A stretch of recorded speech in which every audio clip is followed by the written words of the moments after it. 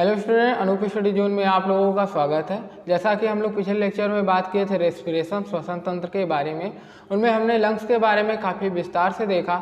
आज हम लोग बात करेंगे हार्ट के बारे में कि हार्ट का फंक्शन क्या है, उसके बारे में आज हम लोग देखेंगे। तो पहला पॉइंट है हम लोग का ब्लड सर्कुलेटरी सिस्टम, रक्त परिसंचरण तंत्र। जो हमारे बॉडी में होता है सर्कुलेटरी सिस्टम, वो दो प्रकार से होते हैं, एक ओपन सर्कुलेटरी सिस्टम, एक क्लोज सर्कुलेटरी सिस्टम। जो ओपन होता है वो जीव जंतुओं में होता है, कीट वर्ग में पाए जाते हैं, लेकिन जो क्लोज सर्कुलेटरी सिस्टम होते हैं वो एनिमल और ह्यूमन बींग्स में पाए जाते हैं। तो हम लोग बात करेंगे ब्लड सर्कुलेटरी सिस्टम के, जो क्लोज में आएंगे, ह्यूमन के बींग्स के बारे में हम लोग इसमें पढ़ेंगे। तो पहला पॉइंट है हम लोग का ब्लड सर्कुलेटरी सिस्टम, परिसंचरण तंत्र, रक्त परिसंचरण तंत्र। इसमें क्या होता है, जो ब्लड सर्कुलेटरी सिस्टम है, इसमें ब्लड सर्कुलेटरी सिस्टम जो इसका डिस्कवर या खोज किसने किया था, विलियम हार्वे ने किया था। विलियम हार्वे ने इसका डिस्कवर किया था। ये एक ऐसा मसल्स है, कार्डियक वर्सुलर सिस्टम कहा जाता है, किसको कार्डियक संवहन तंत्र भी कहा जाता है। इसमें क्या होता है कि ये जो तंत्र है, ब्लड सर्कुलेटरी सिस्टम है, ये किसके द्वारा कंडक्ट होता है, तो कंडक्ट बाई हार्ट। किसके द्वारा होता है, हार्ट के द्वारा ये कंडक्ट होता है। फिर हार्ट का काम क्या होता है, हार्ट हमारे बॉडी में जो भी ब्लड पाए जाते हैं, ब्लड होते हैं, तो वो जो ब्लड होते हैं उनको पूरे बॉडी में सर्कुलेट कराना, यही हार्ट का काम होता है। फिर बात करें, जो यहाँ पर पॉइंट आया ब्लड, तो ब्लड क्या होता है, ब्लड के देखें तो ब्लड एक कनेक्टिव टिश्यू होता है, जिसको हम लोग फ्लूइड भी कहते हैं, फ्लूइड। तो यह एक संयोजित ऊतक कहलाता है। अगर इसका फंक्शन देखें तो इसका फंक्शन की बात करें तो जो हमारे शरीर में ब्लड है, तो डिफ्यूजन के थ्रू, एल्वेओली के थ्रू क्या होते हैं, ऑक्सीजन उसमें मिलते हैं, और जो भी हम लोग पदार्थ खाते हैं, न्यूट्रिएंट खा लेते हैं, वो हर एक अंग तक पहुंचाना, किसके थ्रू, ब्लड के थ्रू हर एक अंग तक पहुंचते हैं। तो यही इनका कार्य होता है। फंक्शन की बात करें तो transport energy, nutrient, oxygen in the whole body. ये क्या करता है, पोषक तत्व को, पोषक पदार्थ को और ऑक्सीजन और ऊर्जा को हमारे हर एक बॉडी में पहुंचाने का कार्य करता है। फिर उसके बाद हम बात करें, हमारा जो बॉडी है, हमारे बॉडी में लगभग कितने ml तक खून पाया जाता है, तो लगभग हम लोग बोलेंगे 4 से 5.5 लीटर तक खून पाया जाता है। रक्त का संचार हमारे इतना बॉडी में होता रहता है, कितना, 4 to 5.5 लीटर तक। फिर उसके बाद हम लोग बात करें कि जो ब्लड है, ब्लड की स्टडी या स्टडी ऑफ ब्लड का, रक्त का अध्ययन किसमें किया जाता है, तो हेमेटोलॉजी लिख लेंगे हम लोग, हेमेटोलॉजी।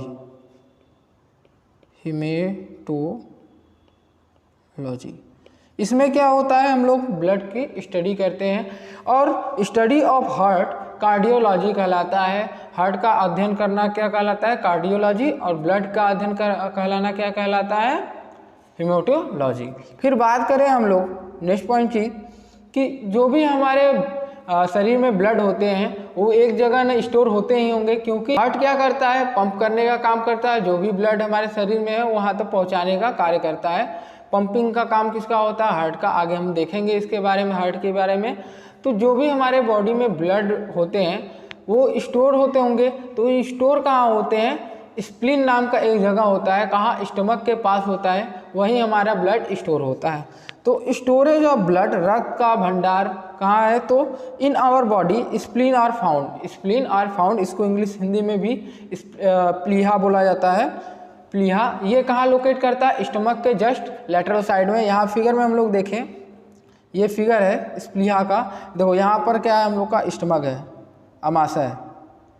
अमाशय होने के साथ साथ इसी के जस्ट बगल में क्या है, प्लीहा पाया जाता है, जिसमें ब्लड का स्टोर किया जाता है। फिर उसके बाद हम लोग बात करें, जो ब्लड है हमारे बॉडी में दो तरह का ब्लड होते हैं, एक ऑक्सीजनेटेड, एक डीऑक्सीजनेटेड, ऑक्सीकृत और अनऑक्सीकृत। ये दो तरह का ब्लड पाए जाते हैं। जो ऑक्सीजनेटेड ब्लड है, इसमें क्या होता है, ऑक्सीजन की मात्रा क्या होती है, अधिक होती है, अमाउंट ऑफ O2 इंक्रीज। क्या होता है, अमाउंट ऑफ O2 क्या होता है, इंक्रीज, ऑक्सीजन की मात्रा इसमें अधिक पाई जाती है। और नेक्स्ट पॉइंट की बात करें, ये क्या होता है, रेड कलर का ब्लड होता है, रेड कलर। कलर कैसा होता है, रेड। फिर उसके बाद हम लोग बात करें नेक्स्ट पॉइंट की, इसमें जो भी ब्लड ऑक्सीजनेटेड ब्लड में फ्लो करते हैं वो कैसा ब्लड होता है, प्योर ब्लड होता है। कैसा होता है, प्योर ब्लड पाया जाता है। और इसमें एक और पॉइंट है, जो ये ब्लड होता है प्योर ब्लड, ये शुद्ध ब्लड जो होता है वो कैसे हम लोग के बॉडी में कैसे फ्लो होता है, किसके थ्रू, तो आर्टरी के थ्रू फ्लो होता है। धमनी बोलते हैं इसको, धमनियाँ बोल लें, ठीक है। आर्टरी के थ्रू ये हमारे पूरे बॉडी में क्या होते हैं, सर्कुलेट होते रहते हैं। फिर उसके बाद नेक्स्ट पॉइंट है बी पॉइंट, डीऑक्सीजनेटेड अनॉक्सीकृत। इसमें क्या होता है, जो ऑक्सीजन की मात्रा होती है बहुत कम होती है। तो यहाँ पे लिख देंगे O2 कि जो भी अमाउंट होगी, अमाउंट ऑफ O2 लेस होगी, क्या होगी, डिक्रीज होगी।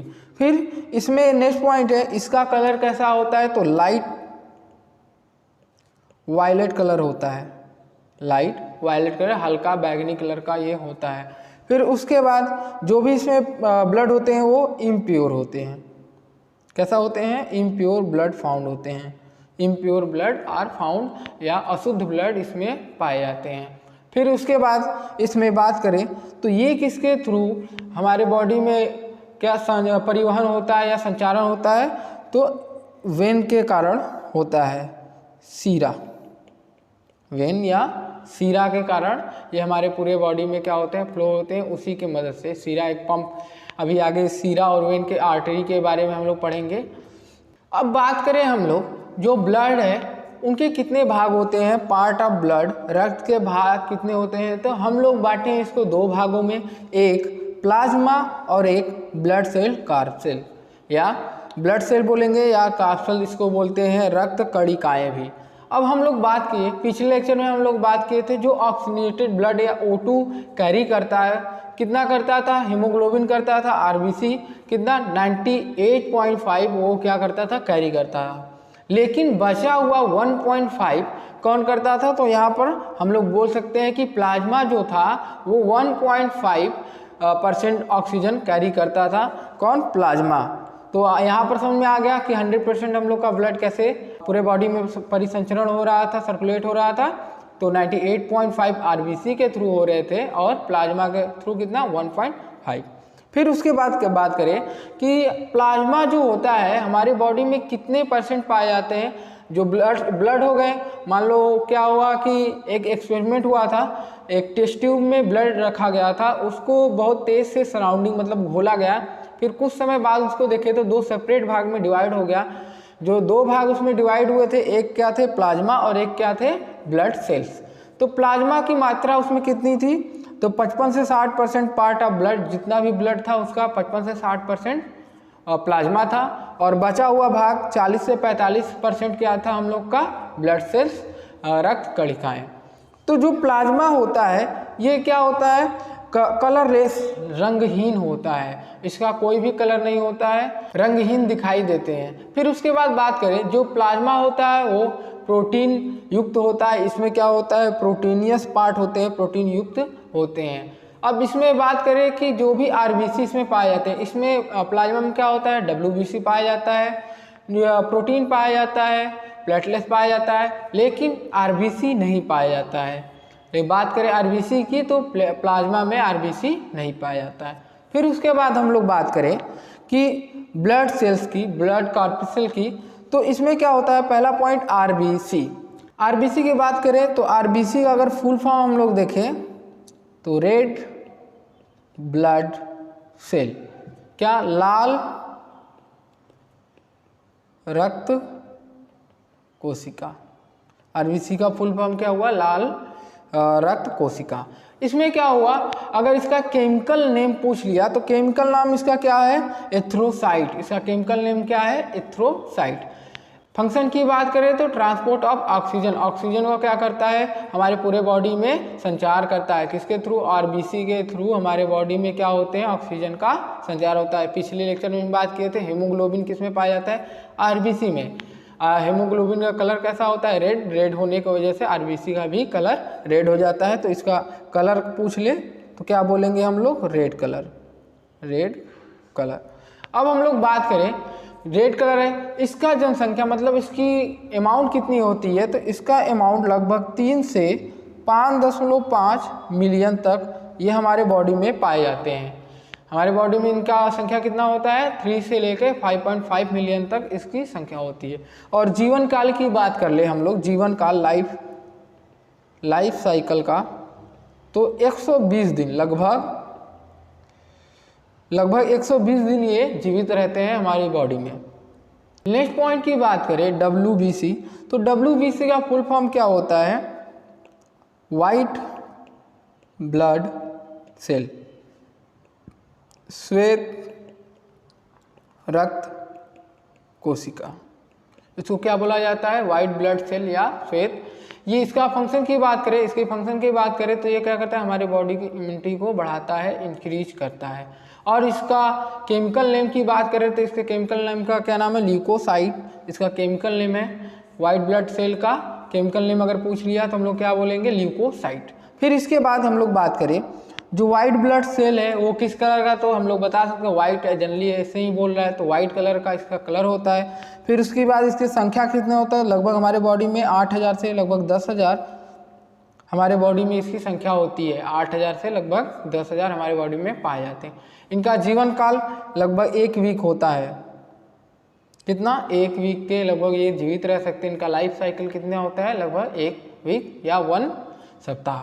फिर उसके बाद नेक्स्ट पॉइंट की बात करें, बिम्बाणु प्लेटलेट्स, थ्रोम्बोसाइट इसका केमिकल नेम है। और फंक्शन की बात करें तो ब्लड क्लॉटिंग में मदद करता है। जैसे हम लोग कभी कभी खेलते हैं तो उस समय हम लोग को चोट लग जाता है, चाहे कोई भी कार्य करते हो उस समय हम लोग को चोट लग जाता है, तो वहाँ पर जो भी रक्त निकलते हैं, खून यहाँ वहाँ पर जो निकलते हैं, तो उनको वो क्लॉट कर देता है, जाम कर देता है। तो किसकी मदद से, प्लेटलेट्स की मदद से उनको क्या करता है, उन्हें जमा कर लेता है, ताकि वहाँ से क्या हो, हमारे ब्लड सेल्स बाहर न निकल पाए। तो मदद कौन करता है, प्लेटलेट्स। बात करें इनकी संख्या की तो 2.5 से लेकर 4.5 लाख तक इनकी संख्या होती है। कितना, 2.5 से 4.5 लाख तक। अगर इनकी जीवन काल की बात करें तो 2 से 4 दिन। कितना, 2 से 4 दिन इनके जीवन काल होती है। जीवन जीने की साइकिल कितनी होती है, 2 से 4 दिन। नेक्स्ट पॉइंट की बात करें हम लोग ह्यूमन हार्ट के बारे में, तो हार्ट का स्टडी हम लोग पहले ही जान चुके हैं। स्टडी ऑफ हार्ट क्या कहलाता है, कार्डियोलॉजी कहलाता है। अब कलर इसका कैसा होता है, हार्ट का कलर हम लोग की बात करें तो गुलाबी कलर का होता है, पिंक कलर का होता है। जैसा कि हम लोग जानते हैं कि हार्ट हमारे एक बंद मुट्ठी के बराबर होता है। हमारी बॉडी में क्या हो, एक बंद मुट्ठी के बराबर हमारे बॉडी में हार्ट पाया जाता है। इसका वजन कितना होता है, तो वजन इसका लगभग 300 ग्राम होता है। वजन कितना होता है, 300 ग्राम होता है। बात करें इसका लोकेशन, तो लोकेशन कहाँ होता है, हमारे रिब्स के जो बीचों बीच वाले पार्ट हैं लंग्स के, वहाँ पर ये पाए जाते हैं। जैसा हम लोग बात करें लंग्स हमारा क्या होता है, ये राइट साइड है, ये बीच वाला पोर्शन है, और ये लेफ्ट साइड है, ऐसे होता है। तो हार्ट जो होता है 4 पार्ट में अगर इसको हम लोग डिवाइड कर दे, कैसे, वर्टिकल में, हॉरिजॉन्टल में नहीं, 4 पार्ट में अगर डिवाइड कर दे हॉरिजॉन्टल में, तो 1/4 पार्ट राइट साइड में होता है हार्ट, और 3/4 पार्ट लेफ्ट साइड में होता है। इतना हार्ट पाया जाता है, मतलब एक पार्ट क्या होता है, बीचों बीच में पाया जाता है। तो इनका क्या होता है, जब हमारे हार्ट अगर लंग्स की फिगर देखें तो जो राइट लंग्स होता है लेफ्ट लंग्स से बड़ा होता है। क्यों होता है, क्योंकि ये जो 3/4 पार्ट हार्ट के हैं वो लेफ्ट साइड में होते हैं, तो वो उनका जगह कवर किए होते हैं। फिर उसके बाद हम लोग बात करें जो हार्ट है इसका मेन फंक्शन क्या होता है, तो हमारे बॉडी में जो भी ब्लड पूरे ऑर्गन तक पहुंचते हैं वो हार्ट के थ्रू पहुंचते हैं। क्योंकि हार्ट क्या करता है, ब्लड जो हार्ट में आते हैं उनको पंप करने का कार्य करता है। पंप करने से हमारे पूरे बॉडी ऑर्गन में पूरे ब्लड पहुंचते हैं। तो हार्ट के कितने चैम्बर होता है, कोई पूछ लिया हाउ मेनी चैम्बर, तो 4 चैम्बर हार्ट के पाए जाते हैं। एक क्या पड़ा, राइट एट्रियम मतलब दायां आलिंदन, एक लेफ्ट आर्टियम मतलब बायां आलिंदम। फिर उसके बाद नीचे राइट, बड़ा करके देखते हैं हम लोग, राइट वेंट्रिकल दायां निलय, लेफ्ट वेंट्रिकल बायां निलय। फिर हम लोग इसमें देखेंगे जो ये पॉइंट है इनके काफ़ी विस्तार में हम लोग जानेंगे हार्ट के विषय में। तो फिर कार्य क्या होता है, पंपिंग ऑफ ब्लड। फिर उसके बाद हम लोग फिगर में आते हैं हार्ट के। हार्ट का फिगर देख रहे हैं हम लोग, तो इसमें क्या है, देखो सुपेरियर वेना कावा, पहले पॉइंट से चलते हैं। ये जो है एक देखो ब्लू कलर में जो दिख रहा है, एक नीचे वाला पोर्शन यहाँ पर और एक ऊपर वाला पोर्शन, ये दोनों वेना कावा है। बस फर्क इतना है, इसको बोला गया superior vena cava, inferior vena cava. क्यों बोला गया है? क्योंकि इन्फीरियर मतलब शरीर के बॉडी के निचले हिस्से से, निचले पार्ट से क्या किया जाता है, ब्लड को जो लाया जाता है वो किसके थ्रू, इन्फीरियर वेना कावा, निचले महाशिरा से क्या होता है, बॉडी के निचले महाशिरा से ब्लड को लाया जाता है, उसे क्या बोलते हैं, महाशिरा। इसको भी बोलते हैं महाशिरा, इसको भी बोलते हैं। और ऊपर से जो भी बॉडी यहाँ पर हार्ट होता है, हम लोग के मिडिल पार्ट में क्या होता है, लंग्स के पार्ट में हार्ट होता है, तो उसके ऊपर वाले हिस्से जैसे बात करें ब्रेन, तो वहाँ से खून लाने में कौन मदद करता है, तो सुपीरियर वेना कावा। ये क्या करते हैं, इनका वर्क क्या होता है, ऑक्सीजन, डीऑक्सीजनेटेड ब्लड को लाना, डीऑक्सीजनेटेड ब्लड को लाना। फिर उसके बाद बात करें ओर्टा का, महाधमनी का, तो महाधमनी का कार्य क्या होता है, पूरे बॉडी ऑर्गन में जितने भी हमारे बॉडी पार्ट में जितने भी ऑर्गन है, अंग है, उनमें शुद्ध ब्लड, प्योर ब्लड को पहुंचाना क्या किसका काम है, ओर्टा का। ठीक है।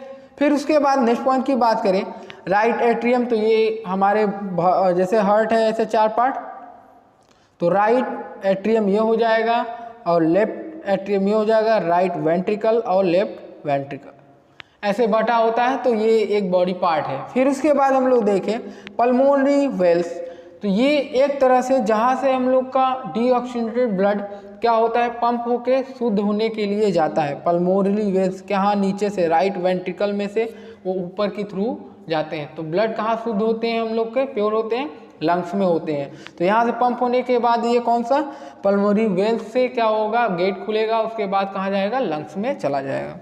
फिर ट्राइकस्पेट वाल्व्स, जो हमारे डीऑक्सीजनेटेड ब्लड पूरे अंग से आए होते हैं, वो कहाँ स्टोर होते हैं, राइट एट्रियम में। फिर वो ट्राइकस्पेट वाल्व खुलने से ऊपर वाला जैसे ही प्रेस होता है, हार्ट प्रेस होगा, तो वो कहाँ आएगा, नीचे आ जाएगा, कहाँ पर, राइट वेंट्रिकल में। तो किससे होकर आएगा, ट्राइकस्पेट वेल से होकर आएगा। फिर बात करें हम लोग इन्फीरियर वेना कावा, ये तो हम लोग बता चुके हैं। और उसके बाद लेफ्ट वेंट्रिकल के ऊपर चलते हैं हम लोग, और यहाँ पर है पेरिकार्डियम। पेरिकार्डियम क्या होता है, एक लेयर होता है हार्ट को जो सुरक्षित क्या करता है, मजबूती प्रदान करता है। पेरिकार्डियम में क्या होता है, 2 पतली झिल्ली लेयर पाए जाते हैं, उनमें एक फ्लूइड भरा होता है, उसकी मदद से ये क्या होते हैं, मस्कुलर ऑर्गन भी इनको बोला जाता है, मस्कुलर ऑर्गन में आते हैं। फिर उसके बाद हम लोग बात करें ऑर्टिकल वेल्स, जो भी ऑर्टिकल या महाधमनी से जो भी ब्लड जाते हैं, वो जहाँ पर से जाते हैं वहाँ एक गेट होता है, उसी को हम लोग बोलते हैं ऑर्टिक वेल्स। उनको क्या बोला जाता है, ऑर्टिक वेल्स, जहाँ से शुद्ध ब्लड हमारे पूरे बॉडी ऑर्गन में जाते हैं। फिर बात करें मिट्रल वेल्स, मतलब इसको बाइकस्पेट भी बोला जाता है, 2 दीव क्या बोलते हैं, दरवाज़ा इसको बोलते हैं। जो भी डीऑक्सीजनेटेड ब्लड लंग्स से प्योर होकर आते हैं, लंग्स से जैसे डीऑक्सीजनेटेड ब्लड कहाँ गया, लंग्स में गया, वहाँ से प्योर होने के बाद हार्ट में आया, तो हार्ट में जो भी लेफ्ट आर्टरियम में आया है, कहाँ, दायां आलिंदा में आया है, फिर उससे नीचे होके दायां नीले में जाएगा, किसके थ्रू, बाइकस्पेट वाल के थ्रू वो नीचे जाएगा। फिर बात करें पल्मोनरी वेन्स, फुफ्फुस शिरा की, तो फुफ्फुस शिरा क्या करता है, हमारे बॉडी में जो भी फुफ्फुस शिरा, हमारे बॉडी में क्या है, जो भी प्योर ब्लड होते हैं, प्योर ब्लड कहाँ आते हैं, लेफ्ट आर्टरियम में आते हैं, किसके थ्रू, फुफ्फुस शिरा या पल्मोनरी वेन्स के थ्रू। फिर बात करें पल्मोनरी आर्टरियम, तो फुफ्फुस धमनी की बात करें तो हमारे बॉडी में जो भी डीऑक्सीजनेटेड ब्लड है, जो भी डीऑक्सीजनेटेड ब्लड है, वो लंग्स तक पहुंचना, किसका, लंग्स तक पहुंचना क्या कहलाता है, पल्मोनरी आर्टरियम या फुफ्फुस धमनी। अब हम लोग बात करते हैं शॉर्ट में देखें तो जो भी पल्मोनरी वेन्स होते हैं, फुफ्फुस शिरा होते हैं, उनमें क्या होता है, प्योर ब्लड आता है, प्योर ब्लड शुद्ध रक्त पाया जाता है। कहाँ से आता है, प्योर होकर कहाँ से आता है, हम लोग के लंग्स से आता है। तो बात करें लंग्स से आता है, प्योर ब्लड कहाँ से आया, लंग्स से।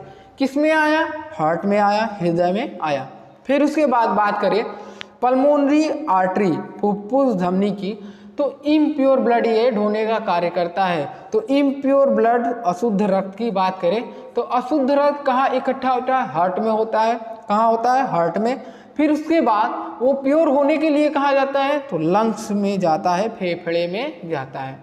फिर उसके बाद बात करें ऑर्टा, महाधमनी की बात करें तो महाधमनी क्या होता है, प्योर ब्लड होता है, उनमें प्योर ब्लड पाया जाता है। तो प्योर ब्लड यहाँ पर है। फिर ये प्योर ब्लड कहाँ होता है, हार्ट में होता है। स्टोर कहाँ होता है, हार्ट में। फिर पंप होने के बाद वो कहाँ जाता है, पूरे बॉडी ऑर्गन में जाते हैं। डिस्ट्रीब्यूट बॉडी और पार्ट, शरीर के शुद्ध कैसे, शरीर के शुद्ध रक्त वितरण होते हैं। अगर इसको ऐसे ही लिखना हो तो ऐसे लिख लेना, प्योर ब्लड कहाँ होते हैं, हार्ट में। फिर उसके बाद जाते कहाँ हैं, ऑर्गन में। प्योर ब्लड मतलब शुद्ध रक्त, हार्ट, हृदय और ऑर्गन, अंग कहाँ कहाँ जाते हैं, प्योर ब्लड शुद्ध रक्त हार्ट में रहते हैं, हार्ट से कहाँ जाते हैं, पूरे बॉडी ऑर्गन में। फिर नेक्स्ट पॉइंट है वेना कावा महाशिरा। तो सुपीरियर और इंफीरियर वेना कावा दोनों एक ही मर्ज करके, दोनों का कार्य एक ही है। क्यों, इसमें इम्प्योर ब्लड होते हैं। कैसा ब्लड होते हैं, इम्प्योर ब्लड होते हैं।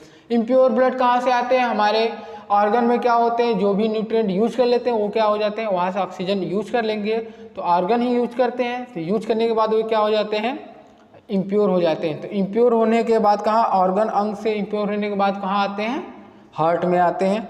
हार्ट में आने के बाद प्योर कहाँ होने जाते हैं, लंग्स में जाते हैं। लंग्स में प्योर होके फिर कहाँ आते हैं, हार्ट में आते हैं।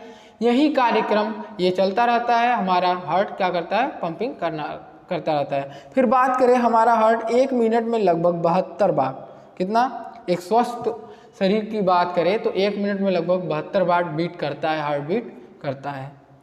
आज के लिए बस इतना ही। अगले लेक्चर में हम लोग देखेंगे उत्सर्जन क्या होता है, ब्लड प्रेशर क्या होता है। मिलते हैं नेक्स्ट वीडियो में। अगर वीडियो अच्छी लगी हो तो लाइक करिए, शेयर करिए, कमेंट करिए। अगर अभी तक चैनल को सब्सक्राइब नहीं किया हो तो सब्सक्राइब करना ना भूलिएगा। धन्यवाद।